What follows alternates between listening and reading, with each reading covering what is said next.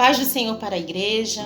Nós estamos aqui na nossa lição de número 8, que tem por título Edificados sobre o fundamento dos apóstolos e dos profetas. E que fundamento seria este? O nosso texto áureo nos dá a resposta. Diz assim: de que Cristo é a principal pedra da esquina. Esse é o fundamento da igreja. Cristo, aquele que dá início, aleluia, à igreja, aquele que deu início à nossa fé. Louvado seja o nome do Senhor. Vamos lá para o ponto de número 1, para a nossa introdução? Diz assim: por meio da reconciliação efetivada na cruz, Cristo formou a igreja. O que está dizendo com isto? Que nós estávamos distanciados, nós estávamos de mal com Deus. E foi necessário uma reconciliação efetivada, acontecida na cruz, por meio de laços afetivos. E qual é esse laço? Que Deus amou o mundo de tal maneira que deu o seu filho, o seu único filho, o seu filho Jesus, para morrer na cruz do Calvário por mim e por você. Aí Paulo compara a igreja de Cristo com um edifício em construção e diz que Cristo é a pedra angular. Pedra angular, o que significa essa palavra?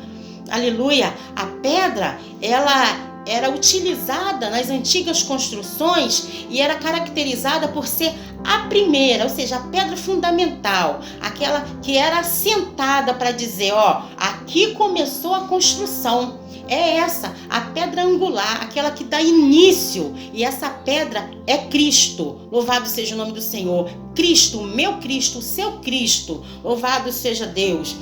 Primeiro ponto, um edifício espiritual. O santuário judeu. O templo em Jerusalém era o símbolo do exclusivismo de Israel. Ou seja, a salvação veio para os judeus, então só quem pode entrar ali no santuário dos judeus é quem? Os judeus. Louvado seja o nome do Senhor. E isso mostrava a exclusividade, que outros povos não podiam acessar. Aleluia. E isto criou-se inimizade entre os judeus e os outros povos, ou seja, os gentios, aqueles que não tinham acesso, à salvação, não tinham acesso sequer ao templo. Louvado seja o nome do Senhor. Então, o que aconteceu? A proibição dos estrangeiros acessarem o templo era um motivo de inimizade entre os judeus e gentios.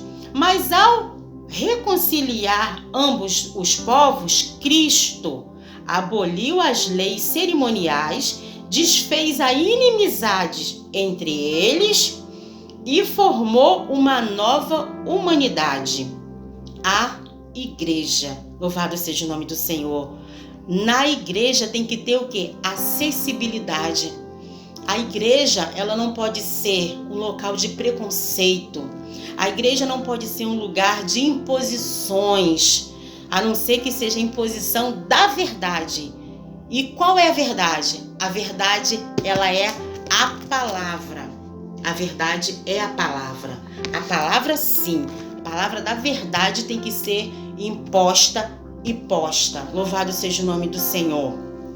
Diz assim: o templo judaico perde a sua relevância e um novo conceito de santuário é apresentado. Que novo conceito seria este? Vamos ver no ponto 2. O santuário cristão. Os que pertencem a Cristo são comparados a um edifício onde Deus habita em espírito, ou seja, você, eu, nós somos templo do Espírito Santo. Deus não habita em lugar feito por mãos de homens. Louvado seja o nome do Senhor. Vamos lá para o número 3, a pedra angular. Vamos falar mais um pouquinho. Diz assim: na arquitetura antiga, a construção de um edifício requer uma pedra angular. ela é traduzida como a pedra mais importante ou a pedra principal. Ela era posta no canto do prédio para sustentar o alicerce, firmar e unir toda a estrutura e manter as paredes em que? Alinhada, em linha reta. Jesus Cristo continua sendo essa pedra angular, que quer manter a sua vida alinhada com o céu. Linha reta. Louvado seja o nome do Senhor. Aí diz assim o número 4. Cristo, a pedra principal. Jesus Cristo tem sido o centro da sua vida? Ele tem sido a pedra principal da sua vida? Faz uma reflexão aí, tá bom? Enquanto estudamos. A identificação de Cristo como a pedra angular remonta à profecia messiânica em que a pedra rejeitada pelos judeus, por isso que nos deu acesso, tornou-se cabeça de esquina. Ele mesmo afirmou, ele falou ser a cabeça de esquina, assim como também os apóstolos testificaram ser Cristo a pedra principal. Portanto, a pedra angular desse novo santuário é o próprio Cristo. No Sermão do Monte, aprendemos que o homem prudente edifica sua casa onde? Na rocha. Enquanto aquele que constrói a sua casa na areia, vem as ondas, aleluia, vem as intempéries da vida e esta casa, ela cai. Mas se você estiver construindo a sua casa nessa fortaleza que é a pedra angular, que é Cristo, pode vir a tempestade que for, ela não vai cair, porque ela está alicerçada, tá bom? Número 2, o fundamento dos apóstolos e profetas. O conceito de apóstolos. O termo grego apóstolos é usado para enviado ou mensageiro, que significa a palavra apóstolos, enviado ou mensageiro, tá bom? O apostolado é centrado na natureza da missão de Cristo, que foi enviado para ser o Salvador do mundo. Então, se você é um apóstolo de Cristo, ele, como Salvador do mundo, você é enviado para fazer o quê? Cumprir o ID, anunciar o evangelho a toda criatura, tá bom? Eles foram testemunhas oculares do ministério terreno de Cristo. Eles foram participantes, tá bom? Aos apóstolos foi confiado o ministério da palavra, com o compromisso de instruírem a igreja. Ponto 2. A doutrina dos apóstolos. Embora não se possa desassociar das pessoas o ofício que ocupavam, o que constitui o fundamento da igreja não são os apóstolos em si, mas a doutrina que eles ensinavam, ou seja, a palavra, tá bom? A palavra. E perseveravam na doutrina dos apóstolos. Que doutrina é essa? A doutrina que o próprio Cristo os ensinou, tá bom? O ID. Vamos pular para o 3. O testemunho dos profetas. A palavra grega profete significa proclamador. Profeta significa proclamador. Aleluia. Intérprete da revelação divina.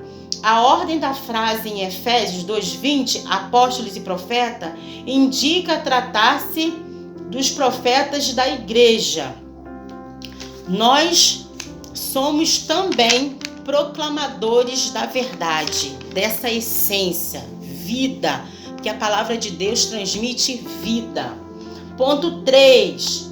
Edificados para a morada de Deus. Você está sendo edificado, santificado para isto, para morar com Deus, tá bom? Edifício bem ajustado. A expressão todo edifício bem ajustado cresce indica um processo contínuo de desenvolvimento dos crentes, ou seja, todo edifício bem ajustado cresce.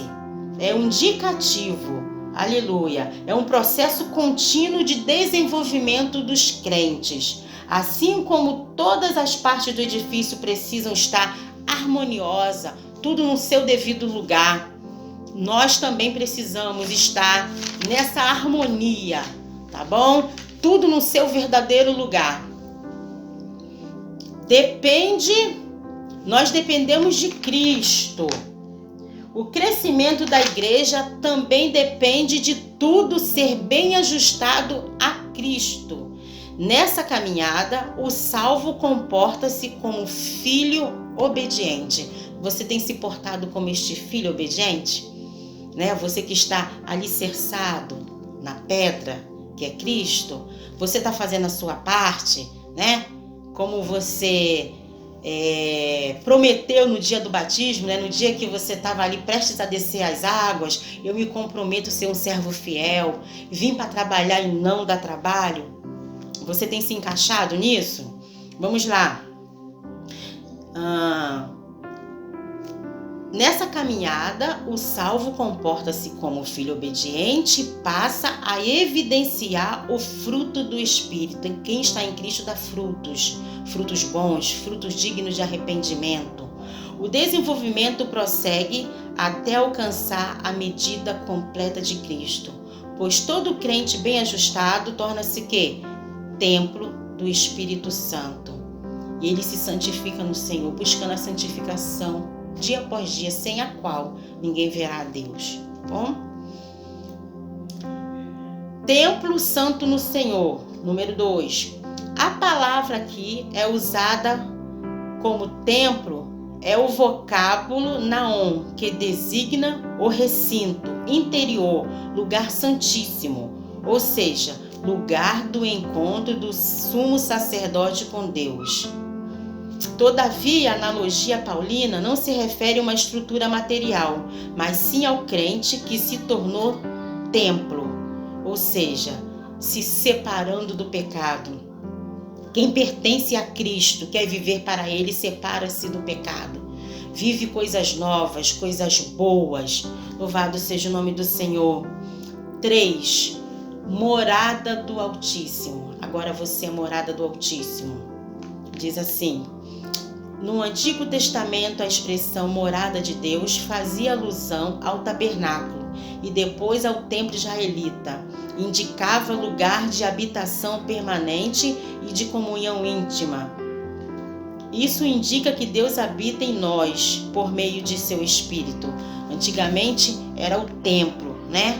Tudo era a conotação do templo, morada, o templo. Quando Salomão, né, quis fazer a casa para Deus, né? E Deus falou: a minha glória, ela não pode ser contida em templos. Deus resolveu habitar em nós. Olha só que privilégio, né? Deixe só coisas boas dentro de você, porque aquele que está dentro de você, ele quer estar com coisas boas. Ele não quer dividir você, o seu íntimo, com coisas ruins, não. Tá bom? Bom, essa é só uma pincelada em toda essa aula maravilhosa, né, que nós tivemos aqui de número 8. Né? Eu não estou, né, aquém, né, dos professores de vocês, né, porque são professores que têm sido bênção aí, tem estado aos domingos aí, né, comendo, né, essa revista maravilhosa. A minha revista, embora seja dos jovens, eu tenho lido, né, bastante dos jovens e dos adolescentes, mas eu amei estar aqui lendo alguma coisa a respeito, né, da conclusão, a respeito dessa lição maravilhosa que fala a respeito a comparação da igreja como edifício em construção, indica que estamos em processo de quê? Aperfeiçoamento, né? Uma obra está sendo feita na sua vida, né? Use materiais de primeira linha, né? Que é a oração, que é o jejum, que é a leitura da palavra. Aleluia! Para que a sua casa seja bem edificada na rocha que é Cristo, né? Até que todos cheguemos à unidade da fé, a pedra angular que é o próprio Cristo. Não pode ser substituída, né? Igual as pessoas colocam cimento, né, de má qualidade, pedra ruim, com cascalho. Mas coloque aí materiais de primeira linha. Louvado seja o nome do Senhor. Agora você sabe qual é o fundamento em que você tem que continuar a ser edificado, né? Dos apóstolos e dos profetas, que é Cristo. Amém. Deus abençoe. Vamos continuar orando uns pelos outros.